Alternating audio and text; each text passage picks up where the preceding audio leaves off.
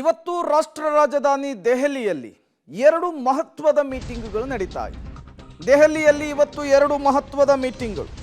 ಬೆಳಗ್ಗೆ 10 ಗಂಟೆಗೆ ಬಿಜೆಪಿಯ ಸಂಸದರ ಸಭೆ ಆರಂಭವಾಗಿರಬೇಕಿತ್ತು, ಅದು ಸ್ವಲ್ಪ ಡಿಲೇ ಆಗುತ್ತೆ ಅಂಥೇಳಿ. ಇನ್ನು ಬೆಳಗ್ಗೆ 11:15ಕ್ಕೆ NDA ಮೈತ್ರಿಕೂಟದ ಸಭೆ ಇದೆ.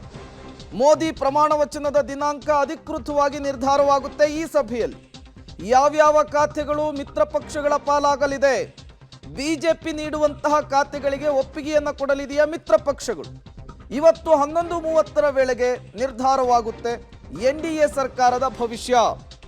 ಈ ಸಭೆಯಲ್ಲಿ ಎಲ್ಲ ಸಂಸದರು ಕೂಡ 303 ಸಂಸದರು ಕೂಡ ಭಾಗಿಯಾಗ್ತಾರೆ. ಇಲ್ಲಿ ಒಂದು ನಿರ್ಧಾರಕ್ಕೆ ಬರುತ್ತಾರೆ, ಯಾವಾಗ ಪ್ರಮಾಣ ವಚನವನ್ನು ಸ್ವೀಕರಿಸಲಾಗುತ್ತೆ, ಜೊತೆಗೆ ಸದ್ಯದ ಪರಿಸ್ಥಿತಿ ಏನು ಅದನ್ನು ಸಂಸದರಿಗೆ ಮನವರಿಕೆ ಮಾಡಿಕೊಡುವಂತಹ ಕೆಲಸ ಆಗುತ್ತೆ. ಈಗ ಸ್ಟೇಟಲ್ಲಾದರೆ ಶಾಸಕಾಂಗ ಸಭೆಯನ್ನು ಮಾಡ್ತೀವಿ, ಅಲ್ಲಿ ಮುಖ್ಯಮಂತ್ರಿ ಅಭ್ಯರ್ಥಿ ಯಾರು ಅನ್ನೋದನ್ನು ಒಕ್ಕೊರಲಿನಿಂದ ಆಯ್ಕೆ ಮಾಡುವಂತಹ ಕೆಲಸ ಆಗುತ್ತೆ.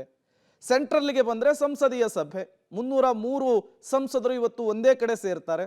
ಅಲ್ಲಿ ಮೈತ್ರಿ ನಾಯಕರುಗಳು ಮೊನ್ನೆ ಮೋದಿ ನಿವಾಸದಲ್ಲಿ ತೆಗೆದುಕೊಂಡಂತಹ ನಿರ್ಧಾರವನ್ನು ಪ್ರಸ್ತಾಪಿಸ್ತಾರೆ. ನಾವು NDA ನಾಯಕನನ್ನಾಗಿ ಪ್ರಧಾನಿ ನರೇಂದ್ರ ಮೋದಿ ಅವರನ್ನು ಆಯ್ಕೆ ಮಾಡಿದ್ದೀವಿ, ಇದಕ್ಕೆ ಸರ್ವರ ಸಮ್ಮತ ಬೇಕಾಗುತ್ತೆ ಅನ್ನುವಂತಹ ಒಂದು ಸೂಚನೆಯನ್ನು ಪಾಸ್ ಮಾಡ್ತಾರೆ. ಅದಾದಮೇಲೆ ಯಾವಾಗ ಪ್ರಮಾಣ ವಚನ, ಮೋದಿ ಅವರ ಜೊತೆಗೆ ಯಾರ್ಯಾರು ಪ್ರಮಾಣ ವಚನ ಸ್ವೀಕರಿಸ್ತಾರೆ, ಎಲ್ಲದರ ಬಗ್ಗೆಯೂ ಕೂಡ ಚರ್ಚೆ ಆಗುತ್ತೆ. ಜೊತೆಗೆ ಸರ್ಕಾರದ ರೂಪುರೇಷೆ, ಮುಂದಿನ 1 ವರ್ಷದಲ್ಲಿ ಆಗುವಂತಹ ತೆಗೆದುಕೊಳ್ಳುವಂತಹ ನಿರ್ಧಾರ, ಹೀಗೆ ಹಲವು ವಿಚಾರಗಳ ಬಗ್ಗೆ ಚರ್ಚೆ ಆಗುವಂತಹ ಸಾಧ್ಯತೆ. ಪ್ರತಿ ಬಾರಿಯೂ ಅಂದರೆ ಸರ್ಕಾರ ರಚನೆ ಆಗುವಂತಹ ಸಂದರ್ಭದಲ್ಲಿ ಈ ರೀತಿಯ ಫಾರ್ಮಾಲಿಟೀಸ್ಗಳು ನಡೆದುಕೊಂಡು ಹೋಗ್ತಾನೆ ಇರುತ್ತೆ. ಈಗ ಅದು ಕೂಡ ಆಗ್ತಾ ಇರುವಂಥದ್ದು. ಮತ್ತಷ್ಟು ಡೀಟೇಲ್ಸ್ ಅನ್ನು ಕೊಡ್ತಾರೆ ನಮ್ಮ ಪ್ರತಿನಿಧಿ ಶಬೀರ್, ದೂರವಾಣಿ ಸಂಪರ್ಕದಲ್ಲಿ ಜಾಯಿನ್ ಆಗಿದ್ದಾರೆ. ಶಬೀರ್, ಇವತ್ತು ಸಂಸದೀಯ ಸಭೆಯನ್ನ ಬಿಜೆಪಿ ಹಮ್ಮಿಕೊಂಡಿರುವಂಥದ್ದು ಎಷ್ಟು ಗಂಟೆಗೆ ಆರಂಭ ಆಗುತ್ತೆ, ಜೊತೆಗೆ ಇಲ್ಲಿ ಪ್ರಮುಖವಾಗಿ ಯಾವೆಲ್ಲ ವಿಚಾರಗಳ ಬಗ್ಗೆ ಚರ್ಚೆ ಆಗುತ್ತೆ?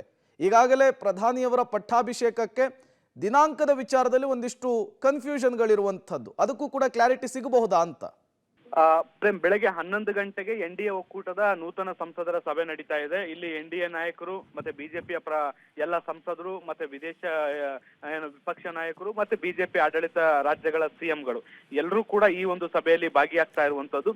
ಮುಖ್ಯವಾಗಿ NDA ಒಕ್ಕೂಟ ಸರ್ಕಾರ ಹೇಗೆ ರಚನೆ ಮಾಡ್ತಾ ಇದೆ, ಮುಂದಿನ ಹಂತದಲ್ಲಿ ಹೇಗೆ ಇದು ಕಾರ್ಯನಿರ್ವಹಿಸುತ್ತೆ, ಮತ್ತೆ ನಾವು ಯಾವ ರೀತಿಯಾಗಿ ಈ ಒಂದು ಸಮಯವನ್ನ ಜವಾಬ್ದಾರಿಯಿಂದ ನಿಭಾಯಿಸಬೇಕು ಅನ್ನುವಂತ ನಿಟ್ಟಿನಲ್ಲಿ ಒಂದಿಷ್ಟು ಮನವರಿಕೆ ಮಾಡಿಕೊಡುವಂತ ಕೆಲಸವನ್ನ ಸಂಸದರಿಗೆ ಮಾಡ್ತಾರೆ. ಇದಾದ ಬಳಿಕ ಸರ್ಕಾರ ಯಾವಾಗ ರಚನೆ ಆಗ್ಬೋದು, ಸರ್ಕಾರದ ವ್ಯವಸ್ಥೆ ಹೇಗಿರುತ್ತೆ ಅನ್ನುವಂಥದ್ದನ್ನ ಕೂಡ ಒಂದಿಷ್ಟು ವಿವರಿಸಿ ಅವರಿಗೆ ಮಾಹಿತಿ ಕೊಡುವಂತ ಕೆಲಸವನ್ನ ಕೂಡ ಮಾಡ್ಲಾಗತ್ತೆ. ಇದೆಲ್ಲ ಆದ ಬಳಿಕ NDA ಒಕ್ಕೂಟ ಸಭೆಯಲ್ಲಿ ಪ್ರಧಾನಮಂತ್ರಿ ನರೇಂದ್ರ ಮೋದಿ ಅವರನ್ನ ಪ್ರಧಾನಿ ಹುದ್ದೆಗೆ ನಾಯಕನಾಗಿ ಅವ್ರನ್ನ ಆಯ್ಕೆ ಮಾಡಲಾಗುತ್ತೆ. ಅದಾದ ಮೇಲೆ ರಾಷ್ಟ್ರಪತಿ ಭವನಕ್ಕೆ ಹೋಗಿ ಅವರು ಸರ್ಕಾರ ರಚನೆಗೆ ಹಕ್ಕನ್ನು ಮಂಡನೆ ಮಾಡಲಿದ್ದಾರೆ. ಆ ಬಳಿಕ ಅಧಿಕೃತವಾಗಿ ಸಮಯ ಮತ್ತೆ ಯಾವ ಸ್ಥಳದಲ್ಲಿ ಅವರು ಪ್ರಮಾಣ ವಚನ ಸ್ವೀಕರಿಸ್ತಾರೆ ಅನ್ನುವಂಥದ್ದು ಅಧಿಕೃತವಾಗಿ ಗೊತ್ತಾಗುತ್ತೆ. ಪ್ರೇಮ್.